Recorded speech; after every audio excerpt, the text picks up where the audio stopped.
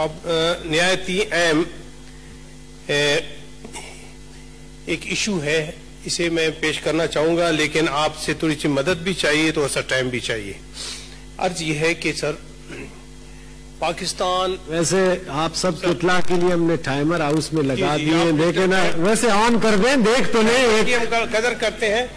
नहीं, आज हमने खुद ऑन नहीं किया, अभी ऑन कर रहे हैं, देखें जी स्टार्ट। जनाब चेयरमैन, असल में ये मुल्क सबका है, यहाँ पे जितने लोग भी बसते हैं उनके बुनियादी इंसानी हकूक एक जैसे हैं। कोई आपके जो है ना फिक्र और फलसफे से मुताबिकत रखते हुए बाज अहमाल उसके पॉजिटिव हो सकते हैं, और कुछ इस तरह की भी लोग होते हैं जो आपकी गलतियां जो 70 सालों से जारी उसारी है उससे इख्तिलाफ करते हुए अपना नजरिया बना लेता है। इसमें दो राय नहीं हो सकती, और इस बुनियाद पे अगर आप किसी को विक्टिमाइज करेंगे तो ये सबसे बड़ी ज्यादती होगी। मोहतरम, कल की बात है कि एक शहीद की लाश जब कनाडा से कराची ले आया गया, आप अंदाजा नहीं कर सकते, तो अक तो एक था, as a Pakistani, as a son of soil, उसकी फैमिली तमाम यहीं पे थी, और पूरे बलूचिस्तान के लोग सरापा एहतिजाज थे कि हमसे निहायती एहतराम से इसकी तदफीन करेंगे। कोई लड़ाई झगड़े या फसाद इस तरह की कोई प्रोग्राम्स थे ही नहीं। करीमा बलोच की लाश को एयरपोर्ट से अगवा किया गया, उसके जो ना लियारी में उसे फकत नमाज जनाजा देना था, उसके बाद उसे उसके आबाई गांव मुंतकिल करना था। अब आप अंदाजा करें एक गलती की वजह से कितनी गलतियां हो चुकी है। एक हैरानगी मुझे ये हो रही है कि आपकी सिक्योरिटी एजेंसीज एक मैयत से खौफजदा है, कब्रिस्तान से खौफजदा है। उनकी ये हालत बनी जा रही है कि एक मैयत अगर कनाडा से अपने गांव में तदफीन की खातिर उसे ले आया जाता है, उसे आप जो है ना तदफीन करने न दे। पूरे मकरान में तमाम दोस्तों को पता है, मैं आज चैलेंजिया ये कहता हूं कि ये हाउस ऑफ फेडरेशन है, यहां पे मैं ये देखना चाहता हूं कि इस सिलसिले में कौन कौन लोग हैं हुकूमत की तरफ से और अपोजिशन की तरफ से वो बोलना चाहेंगे। पूरा नेटवर्क बंद कर दी गई, पूरे मकरान की टेलीफोन बंद हो चुके, रास्ते में किसी को इजाजत नहीं दी गई कि वो मैयत के साथ उनके आबाई गांव तुम जा सके। क्या अगर आराम से उसी रोड पे जाते हुए उनकी तदफीन वहां पे हो जाती तो कोई रफड़ा ही नहीं होता, कोई शोर शराबा ही नहीं होता। आज पूरा बलोचिस्तान अरे कोने में, बल्कि लाहौर तक उसके गायबाना नमाज जनाजा पढ़ी जा रही है। आप उसके अफकार से इख्तिलाफ कर सकते हैं, लेकिन उसके बुनियादी उसकी मां के आंसू, क्या आप अंदाजा नहीं कर सकते कि बजोर शमशीर उसकी तदफीन की गई है, और इसके मां की तस्वीर मेरे पास मौजूद है, उसके आंसू बह रहे हैं, उन्हें दीदार करने से भी मना कर दिया गया। बाकी लोगों की तो मैं बात नहीं करता। क्या ये हमारे यहां इंसाफ है? क्या इंसानी हकूक यही है? क्या ये डिस्पैरिटी, डिस्क्रिमिनेशन फकत बलोच अवाम के साथ की जानी है, पश्तून के साथ की जानी है? अफसोस ये है कि यहां पे किसी टेलीविजन चैनल ने, ये टेलीविजन चैनल्स की बात करते हैं, मैं नहीं मानता ये टेलीविजन चैनल्स क्या होते हैं। ये तमाम बिके हुए लोग होते हैं, ये एंकर्स तमाम जो खरीदे गए लोग होते हैं। ये तक नहीं दिखाया गया कि भाई चले गलती सही, एक मैयत तो कराची से अगवा की जा चुकी है, उसे मकरा ले जाया जा रहा है, कम से कम इसे यहां तक तो पेश करते, लेकिन नहीं। और सोने पर सुहागा मोहतरमान, सूबाई हुकूमत अपना बयान दे चुकी है कि मरकजी हुकूमत ने सबसे बड़ी ज्यादती सूबाई हुकूमत से के साथ की है, हमें बताया नहीं गया, एतमाद में नहीं लिया गया, और मकरान में कर्फ्यू लगा दिया गया, और किसी को इजाजत नहीं दी कि उस रोड से आगे जा सके। और इसकी फुटेज मेरे ख्याल में जो भी सोशल मीडिया पे उन्हें पता है कि ये फुटेज आजकल सरेआम आप देख सकते हैं उसे। सर ये किसी के साथ भी हो सकता है, किसी के चहते को कम से कम ये इजाजत तो हो कि वो आपके सामने अपने जो है ना अपने सरजमीन में मदफून तो हो, उसे एक तो आप दे दें। वो यहां पे लड़ने नहीं आए थे, वो यहां पे जो है ना मकरान फतह करने नहीं आई थी, लेकिन महसूस ये हुआ कि उसकी मैयत से भी आप खौफजदा हैं, उसके शहीद की जो है ना ताबूत से भी आप खौफजदा हैं। सरदार अख्तर मेंगल ने बड़ी अच्छी बात की, मेरे लीडर ने, उन्होंने कहा अजीब सा समा है,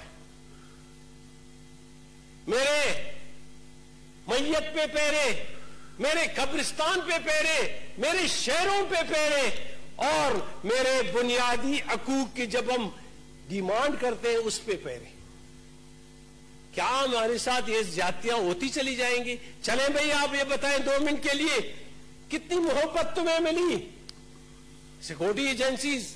मैं खुद पाकिस्तानी की हैसियत में ये बातें करना चाहूंगा। सेनेट के फ्लोर में मैं कहना चाहता हूं कि सबसे बड़ी ज्यादती कल और आज एक जो ना बलोच खातून की मैयत के साथ उसकी जिस अंदाज में बेहुरमती की गई, बोलेगा तो कोई नहीं, सरकारी बेंचों से तो बोलने वाले इस तरह के मैंने जो ना निडर बंदे तो देखे ही नहीं, लेकिन अपोजिशन से मुझे तवक्को है कम से कम 2 बातें वो इस सिलसिले में कर सकते हैं। क्या यह हक है किसी शहीद को इस अंदाज में उसे अगवा करके मदफून करना? उसकी मां के आंसू सामने आ रहे हैं, फकत उसकी डिमांड ये थी कि मुझे अपनी बेटी का चेहरा देखने दे, और उसे इजाजत नहीं दी गई। आज पूरे बलूचिस्तान में शटर डाउन है, और इसी तरह लोग नफरत करते जाएंगे। मेरे भाई, मोहब्बत करना सीखे, मोहब्बत दोगे तो मोहब्बत लोगे। हमें तो मोहब्बत मिल ही नहीं पा रही, और जब हम बात करते हैं कहते ये तो सूबाइयत की बात करते हैं, ये मरकजियत की बात नहीं करते। अरे यहां पे हाउस ऑफ फेडरेशन में बैठ के मैं मरकजियत की बात करता चला आया हूं। क्या किसी के जो है ना कानों में जून तक रेंगी है? आज मिनिस्टर जहां पे होने चाहिए थे उन्हें, लेकिन ये रिकमेंडेशन कोई देगा कि नहीं? यहां से एक कान से सुन के दूसरे से निकाल देंगे और फौरी तौर पे कहेंगे जो उन्होंने किया सो सही किया। मैयत की बेहुरमती जब इस अंदाज में होती हो, इससे पहले भी आपके दोस्त और दुश्मन दोनों की मैयतें इस मुल्क से बाहर जा चुकी हैं। मुख्तलिफ मकतबा फिक्र के लोगों ने उनके नमाज जनाजा यहीं पे पढ़ी है। उनके जितने भी जो ना फैमिली के लोग हैं, निहायत बाइज्जत तरीके से उन्हें उनके आबाई शहरों ममालिक में भेजा गया है। अगर वो सही था तो ये क्या गलती थी? मैं ये नहीं कहता कि उसे मारने वाले कौन है, लेकिन आपके इस अमल ने एक इशारा दे दिया कि भाई इस अमल में मैं शामिल था। अगर ये अमल आपका नहीं होता तो मेरे ख्याल में आज कोई भी फिंगर पॉइंटिंग हमारे सिक्योरिटी एजेंसीज पे नहीं करता। सिक्योरिटी एजेंसीज हमारे हैं, उसे मामूल इसलिए किया गया है कि वो हमारी हिफाजत करें।